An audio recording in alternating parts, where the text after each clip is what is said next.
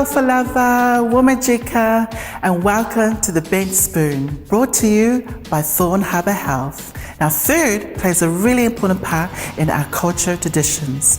Food can bring you comfort, it can bring people together, and it can definitely tell a story. Now, food is a universal love language where we get to share the rest of the world our culture. My name is Miss Catalina, and I'm your host. My name is Eswar, you can call me Ash, and I moved here 10 years ago. I call Australia home now.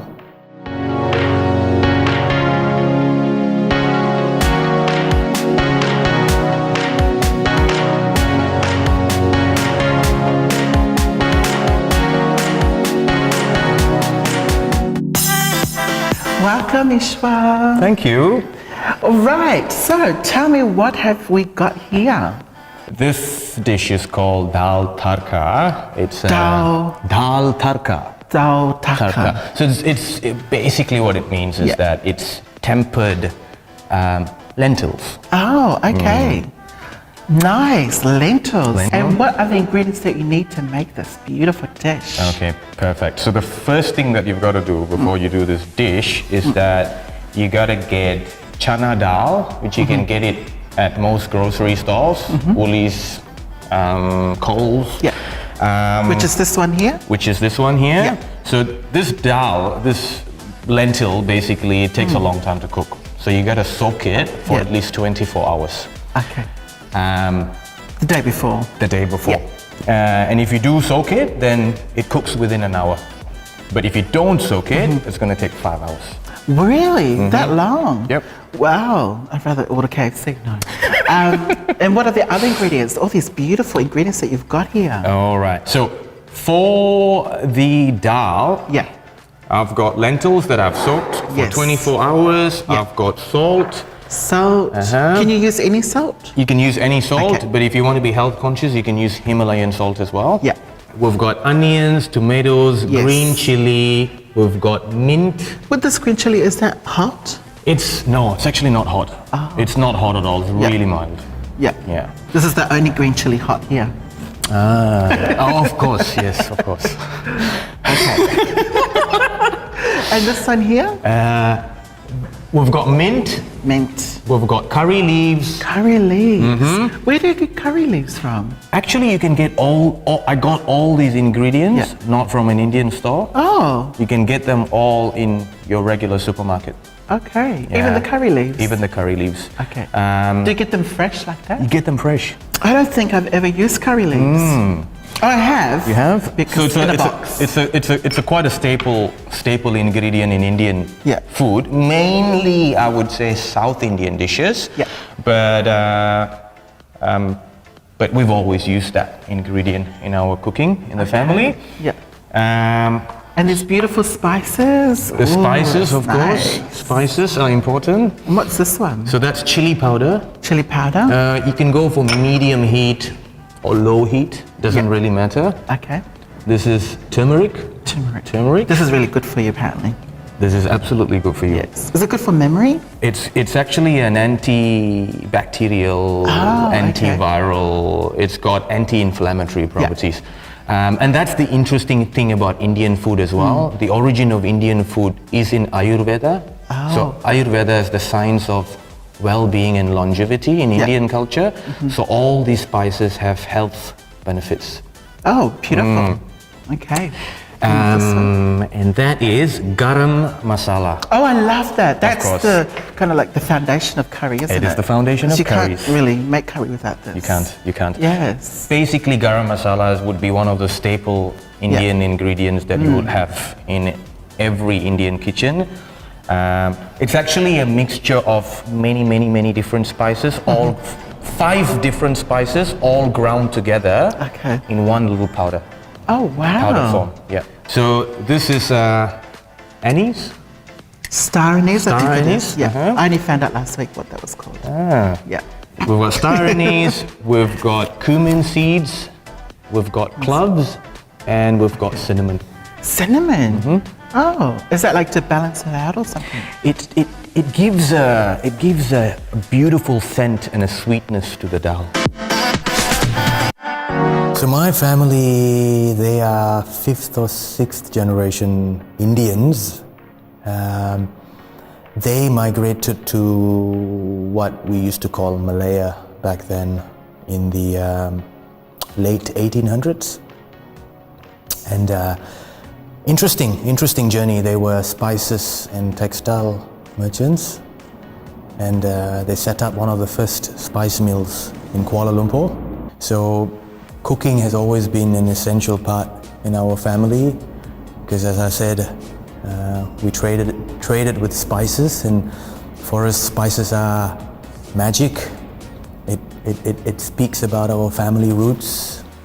Growing up in Malaysia, discovering my queer identity was such a confusing thing, because Malaysia is predominantly a Muslim country, and unfortunately it was also very deeply homophobic. My family was not blatantly homophobic, but there was no space for me to safely come out either. So in 2010, I was still in Malaysia. I was dating my ex-partner back then, and we're both from Indian background, Malaysian Indian background, and one day his mum found out that her son's dating another man, and shit hit the fan basically. Things just went downhill after that. We'll start cooking. Perfect. Yes. Perfect. So we'll put this to the side. And So what we will what's do the is... first step that we need to do? Okay, so what we will do is we'll put the water to boil. Okay, water That's the to first boil. thing that we would Do you do. need more water? I would say so. We'll pour the whole thing in. Okay. I think it might take maybe about 3 large glasses of water. So we don't want the gravy to be too watery. So I think that should be fine. That's enough? I think that should be fine. So what we'll do now is we'll increase the Heat. Perfect. You've already done that. Now we pop the lentils in the boiling water. Like so. Okay. That's making noises. Excellent. And how long would this need to boil for? So that probably will take about half an hour. If it's well soaked, Yeah. half an hour, and then that should be it. Okay. So in the meantime, what I would like to do, Kate, is yes. if you can help me chop up 1 tomato. Yes. Okay. Just one? Tiny chop. Oh, really? Okay. Do you keep these things here? I do. Oh, you do? Yeah. Just any way I feel like? Any way you feel like. So you can just cube it as well. Okay. All right. Now, while you do that, what Yes. I'm going to do is I'm going to add maybe about 1 teaspoon of turmeric. 1 teaspoon. Okay. And the interesting thing about this dish is that no matter which part of the diaspora is let's just say I'm from Malaysia, we still cook the same dish. And I Yeah. know some of my Indian friends from South Africa and Fiji and UK and Mauritius and Maldives, wherever Indian migrants went, they've always carried that dish with them. So we add the tomatoes in there, the chopped tomatoes in the boiling pot of lentils and turmeric. I need to add maybe a teaspoon of salt. Okay. We do use a little bit of salt. Yeah. I need And what's that one? garlic, minced garlic. I like a lot of garlic. And would this be your favorite dish, or do you have a favorite dish? This would be my favorite dish. Yeah. This is a staple dish that's cooked in my family, Okay. whether it's daily or whether it's festival. Yeah. So we've got 2 tablespoons of minced garlic in there, Uh-huh. and I would add 2 tablespoons of minced ginger. So ginger and garlic is Yeah. important. Beautiful. So we've got salt, chopped tomatoes, turmeric, Yeah. minced garlic, minced ginger, all boiling in the pot. Now Okay. it's got to really simmer, because I feel like, and this is what my grandmother told me, with turmeric, Yeah. you gotta really boil the turmeric, Okay. or else you get a bitter taste. Yeah. Turmeric is good, but Indian food is all about layering. Yeah. So you gotta get the layering right. Yeah. And I notice a lot of people who try to cook Indian food, they tend to chuck all the ingredients All all at together. one go. Yeah. And it gets, whoa. Yeah. You know, and that's not how it should be. I like red onions because it gives an extra zing. This is where it will get interesting. Yeah. Because once the lentils are almost cooked, Yeah. you move the pot, and then we start the tempering of the spices. Oh, okay. Yeah. I'm excited. I think it came to a point where there were some harsh decisions that we had to make because the family was starting to get very agitated. There were conversations around forced marriages and potential suicide if we did not marry and live normal heterosexual lives. So we had to come to the hard decision of packing our bags and leaving. And we both arrived here together in Australia in 2010. We arrived in Adelaide hoping that we've left everything behind and we're going to start a new life here together. It was a bit of a fantasy now looking back. Of course, we all want the best. We all want to strive for good things, greener pastures. We eventually realized that it wasn't really easy for us to assimilate as what we assumed. It was quite difficult. It took a long time before we both got there, and unfortunately by that time it took a huge toll on our relationship and we split up. Now looking back, I realized those were all barriers that we didn't quite think of when we came here, because the dream and the goal and the love and the idea of wanting to be together in a free country sort of clouded our eyes from reality. Initially when I first came here, I realized there was invisible barriers. I couldn't make sense of it. I didn't realize why was it so difficult for me to get a job. I speak perfect English. You know, my personality is great. What's wrong with me? And I would put out 150 applications and I wouldn't get one reply. And I would, my ex-partner and I will go to the club and we'll be at the bar and we would be like, oh, this must be like Malaysia, everyone should be friendly. And we will be hanging out there and try to make friends, but no one would want to come and talk to us. And eventually I realized, shit, this is pretty much the same thing as what we went through in Malaysia as well. There's this structural issues here. There's definitely some form of racism or othering that's going on here. So I guess once I understood that, it wasn't a complete shock, because it was something that I had already gone through in Malaysia in some form or another. It's not something that I needed to learn again because it's in my bones.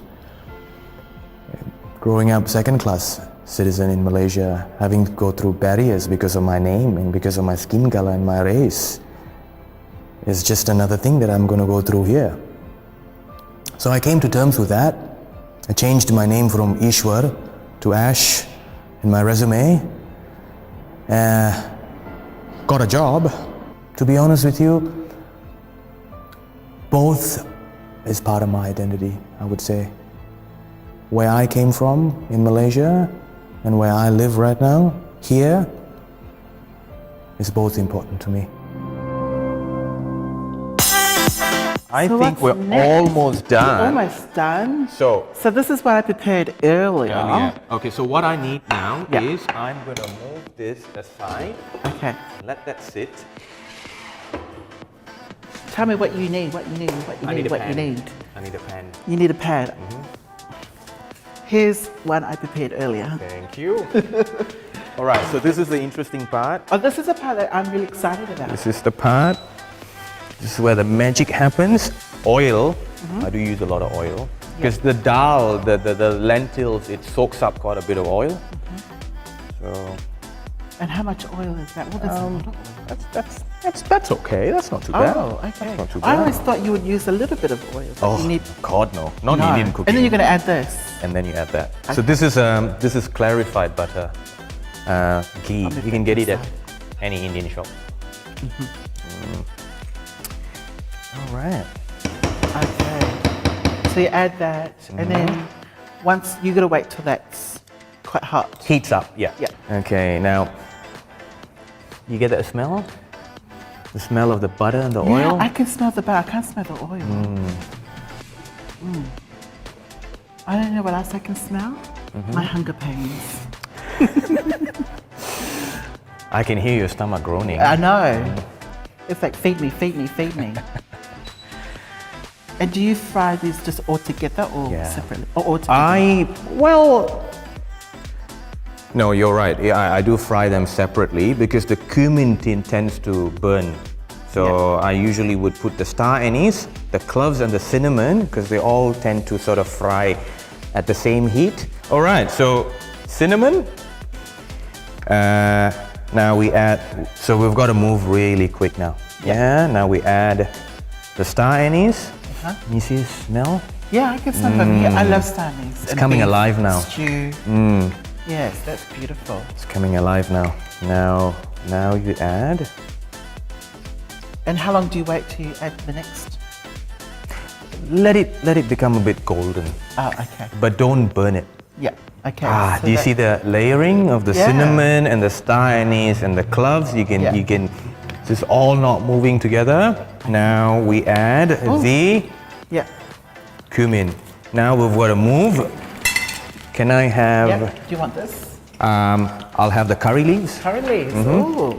I've never seen curry leaves. You've never seen curry leaves before. So you don't have to put the whole This stalk. smells yum. There you go. All right. Occupational health and safety. Stand by. Mint leaves. Wow. That looks amazing. Amazing, it is. Now, I'm going to add the onions. If you can help me chop the green chili thinly. So how do I just cut it this way? Slice That it way. really thin. Oh, okay. That way is good. That way is good. Yep, that's how my This mom way? does it. Yep. I just learned that the other day.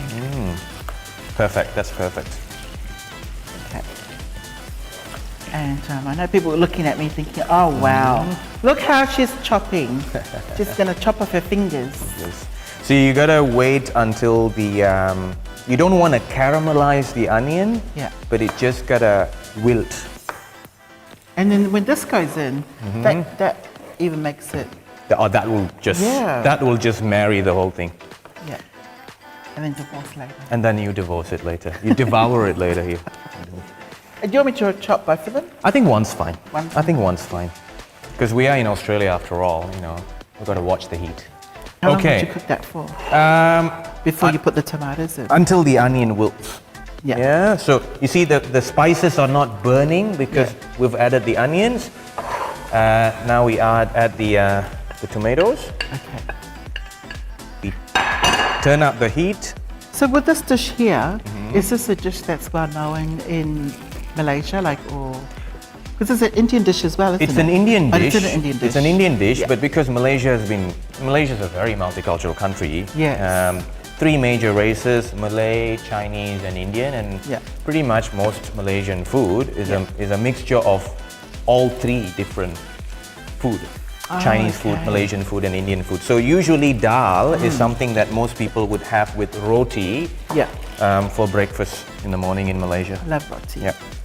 Roti is beautiful. Yeah. Yum. Now, I'm going to keep all my powders here. Together?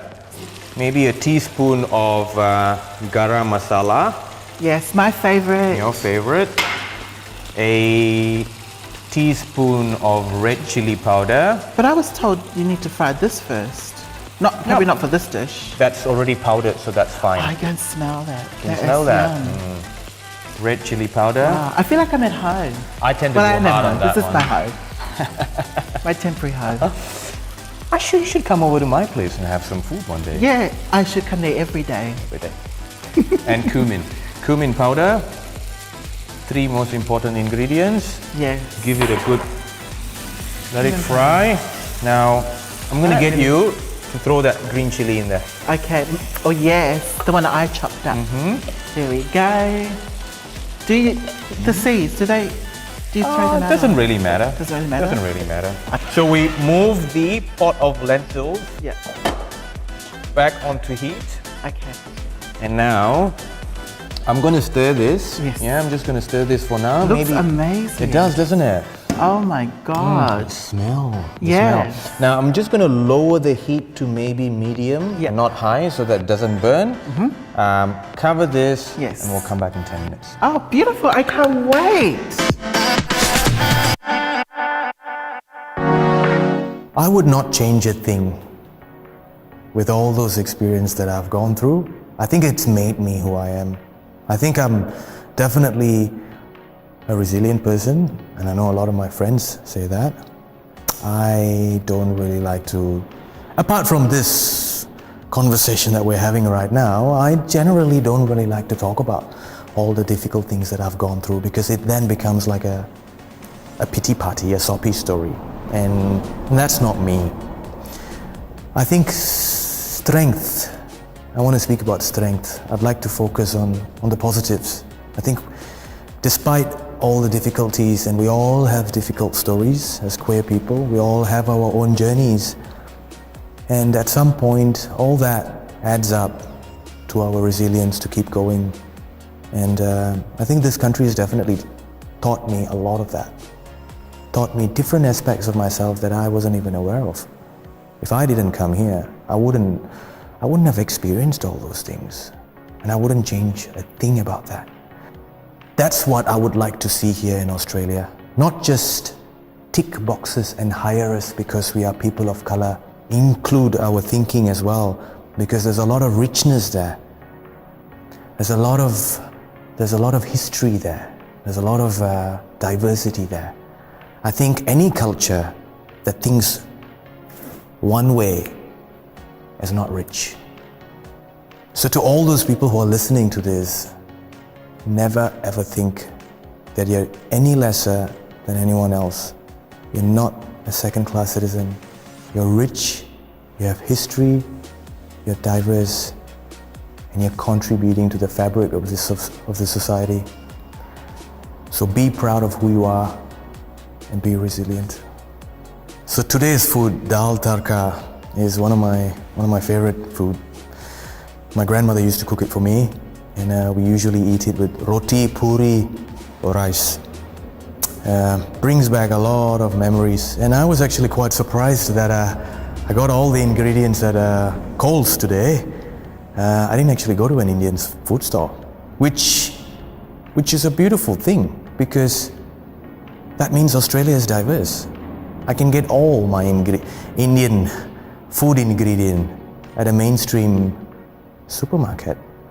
And that was not even actually possible probably 10 years ago when I first came here. So it's changing rapidly. Australia is changing rapidly, and food is one of those cultural things that it is so therapeutic. It's got so much history, and we like to share all that stuff. And I would like to see more of that happening in the future. More people trying different sorts of cultural food. Change it, tweak it, make it your own, because that's what Australia is all about. So it looks like it's almost ready. Oh, looks, it smells ready. Beautiful.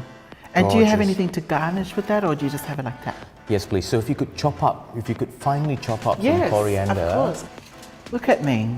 I think I know what I'm doing. Perfect. So we've got saffron rice and garlic naan. And here's something along I've with that. prepared earlier. No, I haven't. Thank you. So we've got saffron rice, garlic naan. And what is this one here? That's garlic naan. Oh, garlic naan. Yum. And here's the Look at that. dough. Look at That is that. delicious. And do you leave the cinnamon thing in there? Well, I like it. Yeah? I like Do you it. eat think, it? I think I don't eat it, Okay. but I think the more the spices stay in there, Yeah. the more it releases the flavor. Okay. And a sprinkle And a of coriander, of my beautiful well chopped coriander. and we're done. Oh wow, it smells amazing.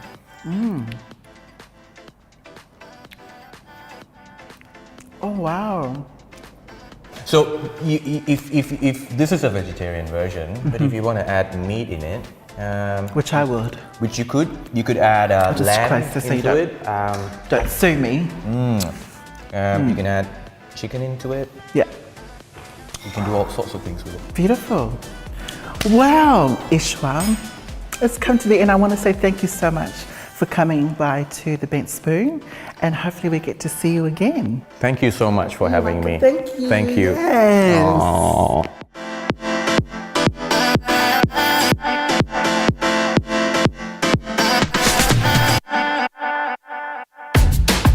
Thank you for having me at the what am I saying? That's perfect, that's perfect. Thank you for having me on the Bent TV today. Bent TV. Why can't I think of the last word? I'll do it again until it feels alright. I hope you had a great time watching me cook my favorite dish today. Thanks for having me on the Bent Spoon. For more information on the recipe, you can check it out at the Thorn Harbour Health website. Thanks for having me.